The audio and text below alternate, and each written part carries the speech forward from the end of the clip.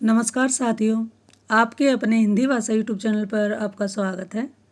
साथियों, आज बड़े ही महत्वपूर्ण प्रश्नों पर हम चर्चा करेंगे जो कि हमारी सामान्य हिंदी होती है। किसी भी तरह का कोई भी कम्पिटिटिव एग्जाम आता है उसमें जो हमारी सामान्य हिंदी रहने वाली है उससे संबंधित बड़े ही महत्वपूर्ण प्रश्न रहेंगे ये, और 22 या 23 के प्रश्न के आसपास हैं। और हमारा हरियाणा में जो स्टेट आया हुआ है उससे में भी ये क्वेश्चन बड़े ही काम के हैं। तो वीडियो में आपको शुरू से एंड तक बने रहना है और ये ज़रूर बताना कि आपको कितने क्वेश्चन पहले से आ रहे थे। और ये जानकारी अगर अच्छी लगे तो लाइक करें और अपने साथियों के साथ शेयर भी कर दें। और चैनल पर आप पहली बार आए हैं तो इसे सब्सक्राइब कर लें। चलिए वीडियो की शुरुआत करते हैं। पहला प्रश्न हमारा है, कवयित्री का संशोधित रूप बताना है। यानी कवयित्री को किस तरह से कौन से रूप में लिखा जाता है, शुद्ध रूप में, ये आपको बताना है।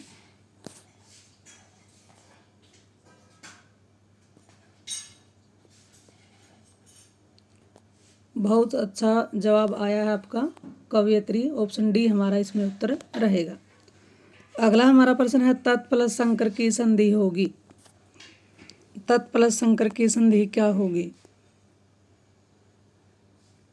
साथियों, इसमें आपका उत्तर अगर बी है तो बिल्कुल सही है, तत्संकर होगी। क्या होगी? तत्संकर। बहुत ही महत्वपूर्ण ये शब्द बना है और ये हम आपको बता देती हूँ, ये हमारी है व्यंजन संधि। व्यंजन संधि में क्या रूल होता है, अगर तय के बाद स आ जाए तो तय का बन जाता है च और स का बन जाता है छ। इस हिसाब से हमारा यहाँ पर क्या बन गया? तत्संकर। अगला है, समास कहते हैं। समास किसको कहेंगे? ऑप्शन को देखते हुए जल्दी से जल्दी उत्तर दें। समास शब्दों के मेल को, अक्षर के मेल को, स्वर के साथ स्वर के मेल को, स्वर के साथ व्यंजन के मेल को।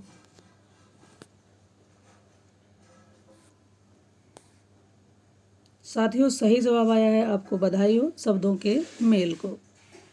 अगला प्रश्न है, आँख शब्द का तत्सम रूप बताइए। आँख का तत्सम रूप क्या होगा? नेत्र, लोचन, चक्षु, अक्षि।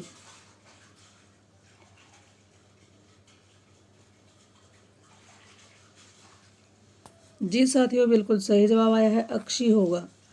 ये तीनों तो बाकी इसके क्या हैं? पर्यायवाची शब्द दिए गए हैं। अगला हमारा प्रश्न है, अंगुली का तद्भव बताइए। अंगुली का तद्भव। और ये जो तत्सम है इसकी बात करें तो तत्सम शब्द वे शब्द होते हैं जो संस्कृत भाषा से हिंदी भाषा में अपने उसी रूप में ले लिए जाते हैं, उसी रूप में लिखे जाते हैं, वो तत्सम कहलाते हैं। और तद्भव क्या होते हैं? संस्कृत भाषा के ऐसे शब्द जो हिंदी भाषा में प्रयोग में लाए जाते हैं लेकिन कुछ रूप परिवर्तन के साथ, उनको क्या कहते हैं? हम तद्भव कहते हैं। तो हमें अंगुली का क्या बताना है? तद्भव बताना है। यानी उंगली शब्द क्या हुआ? तत्सम शब्द है, इसका तद्भव क्या होगा? साथियों, जल्दी से जल्दी उत्तर देने का प्रयास करें। अंगुली एक तद्भव शब्द है, इसका तत्सम शब्द क्या होगा? बिल्कुल सही उत्तर है, आपको बधाई हो, उंगली। संस्कृत में इसको अंगुली कहते हैं, हिंदी में इसको क्या कहेंगे? उंगली। अगले प्रश्न की ओर बढ़ते हैं। जातिवाचक संज्ञा का एक उपभेद है। जातिवाचक संज्ञा का एक उपभेद है। जल्दी से जल्दी बताने का प्रयास करें।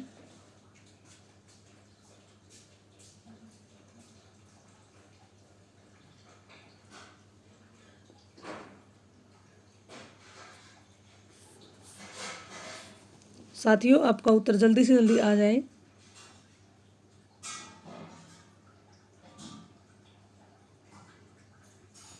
अब देखियो, इसमें ये पूछा गया कि जातिवाचक संज्ञा का एक उपभेद है कि बजाय यहाँ पर क्या होगा? नहीं है।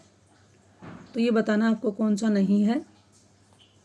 ये प्रश्न थोड़ा सा यहाँ पर गलत लग रहा है। इसमें होगा व्यक्तिवाचक संज्ञा क्या है, जातिवाचक संज्ञा का एक उपभेद नहीं है। अगला प्रश्न है, मध्यम पुरुष सर्वनाम का उदाहरण है। मध्यम पुरुष सर्वनाम का एक उदाहरण है, ये बताना है आपको। वह, वे, आप, मैं।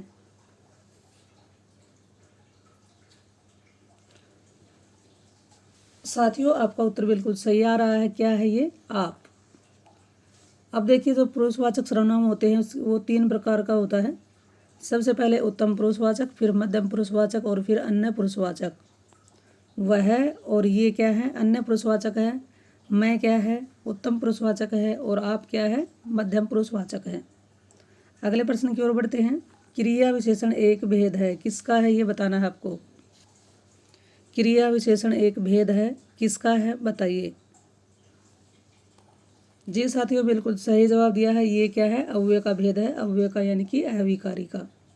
अगला प्रश्न, गणेश का पर्यायवाची शब्द है। सुधांशु, कुबेर, एकदंत, सुधाकर। दोस्तों इसमें आपका उत्तर सी आया है, तो बिल्कुल सही है, एकदंत। सुधांशु चंद्रमा का है, कुबेर का है, और सुधाकर किसका है, ये भी चंद्रमा का है। अगला है, इहलोक का विपरीत शब्द बताना है। इहलोक का विपरीतार्थक क्या होगा। बिल्कुल सही जवाब, परलोक। अगला प्रश्न है, निम्नलिखित में कौन सा शब्द है सदैव बहुवचन में प्रयोग होता है। बड़े ध्यान से इसको समझें। निम्नलिखित में से कौन सा शब्द है सदैव बहुवचन में प्रयोग में होता है। शिशु, भक्ति, पुस्तक। शिशु, भक्ति, पुस्तक। जी साथियों, बिल्कुल सही जवाब दिया है, आपको बधाई हो। प्राण को हमेशा किस में लिखते हैं, बहुवचन में। अगला हमारा प्रश्न है, महान व्यक्तियों में भौतिक वस्तुओं के प्रति पाई जाती है। खाली स्थान में बताना है कि क्या मिलेगा। निर्लिप्तता, लिप्तता, निष्कपटता, निपटता। महान व्यक्तियों में भौतिक वस्तुओं के प्रति क्या पाई जाती है। 4 ऑप्शन में से छांट कर जल्दी से जल्दी उत्तर दीजिए।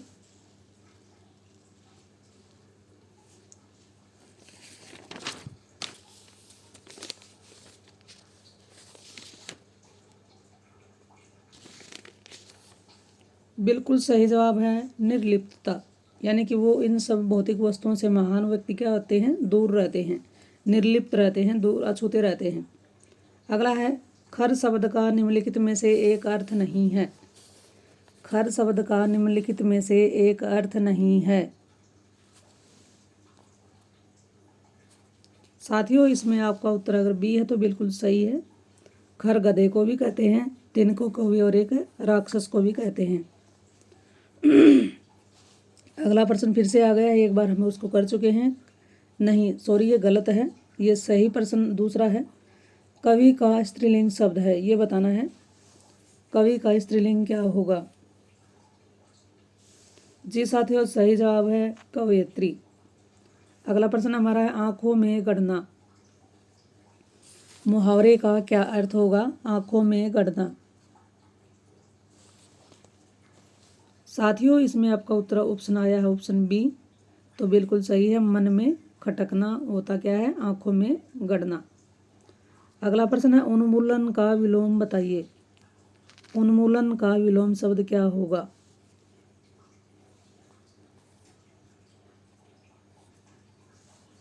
कई साथियों का बहुत ही अच्छा आंसर आया है रोपण, बहुत बधाई हो आपको। इसी प्रकार आगे बढ़ते रहें, तैयारी करते रहें, लगे रहें, डटे रहें, एक न एक दिन सफलता आपको अवश्य मिलेगी।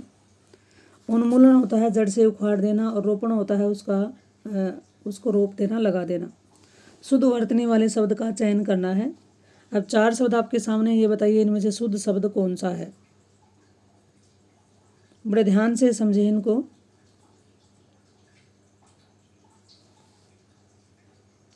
इसमें आपके 2-2 आंसर दिखाई दे रहे हैं, इनमें 2 आंसर नहीं होंगे, दोनों में से एक बताना है। इसका आंसर रहेगा साथियों अंत्याक्षरी। तदुपरांत होता है, तदुपरांत नहीं होता, तदुपरांत होता है। अंत्याक्षरी बिल्कुल सही शब्द है। अगला हमारा प्रश्न साथियों है, निम्नलिखित किस एक में कर्मधारय समास है। कर्मधारय समास बताना है, वाक्य को पढ़ करके ध्यान से पढ़ें। लड़का भूख से अधमरा हो गया, तुम्हें अपना भला बुरा स्वयं सोचना चाहिए। विवाह संबंध में ऊंच नीच देखना पड़ता है। उठो, दिया बत्ती का समय हो गया। अब देखिए इसमें समास करते हैं, चलिए। लड़का भूख से अधमरा हो गया। अब ये देखिए से किसका होता है, कारक चिन्ह। से को छोड़ देते हैं। पहले देखिए अधमरा क्या होता है, मरा मूल शब्द है, अध का मतलब क्या होता है, आधा। तो इसमें कौन सा समास आ गया, पहले मूल शब्द से पहले कुछ शब्दांश लगे होते हैं, अव्यय लगे होते हैं, तो वो होता है अव्ययभाव समास। दूसरा, तुम्हें अपना भला बुरा समय सोचना चाहिए। भला बुरा, भला और बुरा कौन सा समास है यहाँ पर? द्वंद्व समास है। विवाह संबंध में ऊंच नीच, यहाँ पर भी क्या है? ऊंच और नीच द्वंद्व समास है। उठो दिया बत्ती का समय हो गया, ये बताना है कि इसमें कौन सा होगा?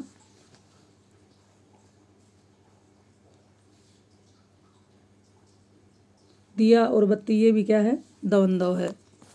तो सोचकर बताना है। लड़का भूख से अधमरा हो गया था, कर्मधारय समास किसमें है? साथियों, आपका उत्तर बिल्कुल सही आया। ऑप्शन ए में क्या है? लड़का भूख से अधमरा हो गया था, इसमें क्या है? कर्मधारय समास है। यानी कि इसका अधमरा का विग्रह करेंगे तो क्या होगा? आधा है जो मरा।